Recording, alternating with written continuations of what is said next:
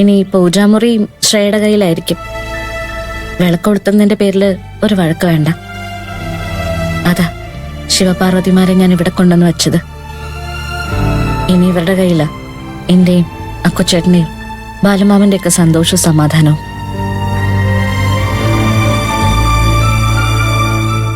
എന്തു പറ്റി?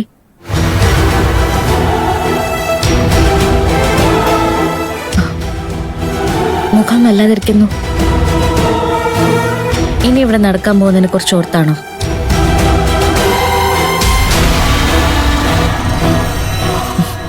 ഞാൻ പറഞ്ഞില്ലേ, ദൈവം നമ്മളെ കൈവിടില്ല. എന്താ അക്കുച്ചേട്ടാ പറയേ, വേറെ എന്തെങ്കിലും?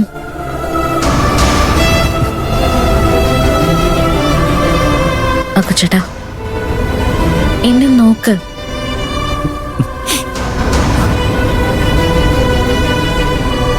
എന്നെ നോക്കാനാ പറഞ്ഞേ.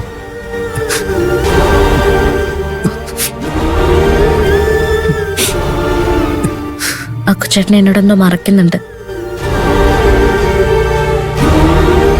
പക്ഷെ അതെന്താണെന്ന് എനിക്ക് മനസ്സിലായി. ഞാനൊരു പെണ്ണല്ലേ, എല്ലാം മറക്കണം. കഴിഞ്ഞതൊക്കെ ഒരു ദുസ്വപ്നമായിരുന്നു എന്ന് ചിന്തിച്ചാൽ മതി. ഞാനത് സിമ്പിളായിട്ട് പറഞ്ഞു. പക്ഷെ അത് എളുപ്പം മറക്കാനാവുന്നല്ലെന്ന് എനിക്കറിയാം. ദൈവം നമ്മളെ കുറെ പരീക്ഷിക്കും. അതൊക്കെ തരണം ചെയ്ത് വേണം നമ്മൾ മുന്നോട്ട് പോവാൻ. നമുക്കിനിയൊന്നും ചെയ്യാൻ പറ്റില്ലല്ലോ. ശ്രേയയുടെ പഴയ ഓർമ്മകള് അക്കുച്ചേട്ടനിൽ ഒരുപാട് വിഷമം ഉണ്ടാക്കുന്നുണ്ടല്ലേ? ഈ സമയം പോവൂ അക്കുച്ചേട്ടാ.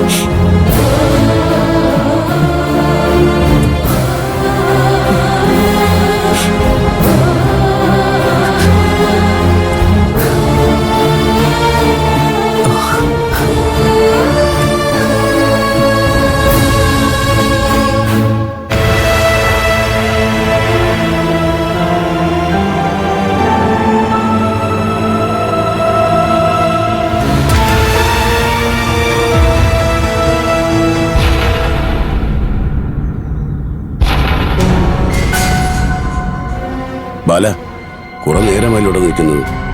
ആകാശം ചാരുമ്പോഴും അന്വേഷിക്കുന്നുണ്ടാവും. വാ, വീട്ടിലേക്ക് പോ. വീട്ടിൽ ചെന്നിട്ട് എന്ത് ചെയ്യാനാ ഗോവിന്ദ? പോവാൻ തോന്നണ്ടേ? നീ എന്താ പറയുന്ന ബാല? വേറെ എന്ത് പറയാനാ ഗോവിന്ദ? ഈ പ്രായത്തിൽ എനിക്ക് വേണ്ടത് സ്നേഹവും കരുതലും ഒക്കെ അല്ലേ?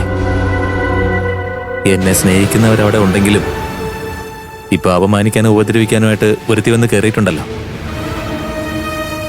പാലിൽ ഒരു തുള്ളി വിഷം വീണതുപോലെ ആയില്ലേ നമ്മുടെ വീട്? നമ്മളെ കൊണ്ടാവുന്ന പോലെ ശ്രമിച്ചതല്ലേ. ഇത് കുറച്ച് നാളത്തേക്ക് മാത്രമോ? എക്കാലവും അവൾക്ക് മാത്രമായിരിക്കല്ലേ വിജയം. സമാധാനം ഉണ്ടാവും ബാല.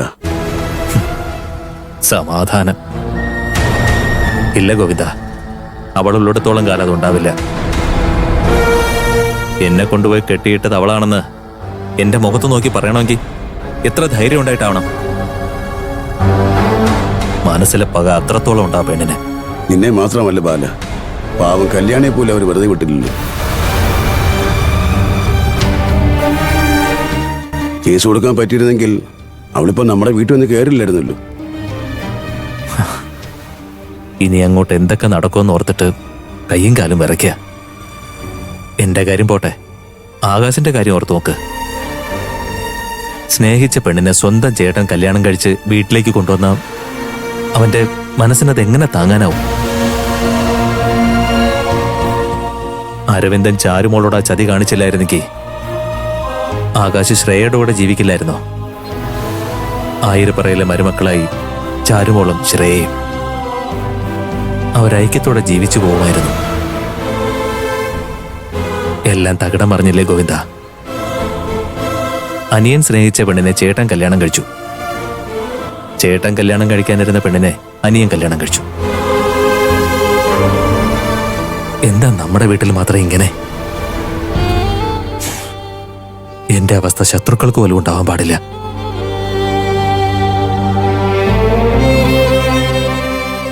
നീ ആർക്കും ഒരു ദ്രോഹവും ചെയ്തിട്ടില്ലല്ലോ.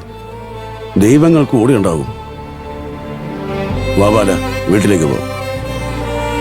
വാ ബാല, വാ.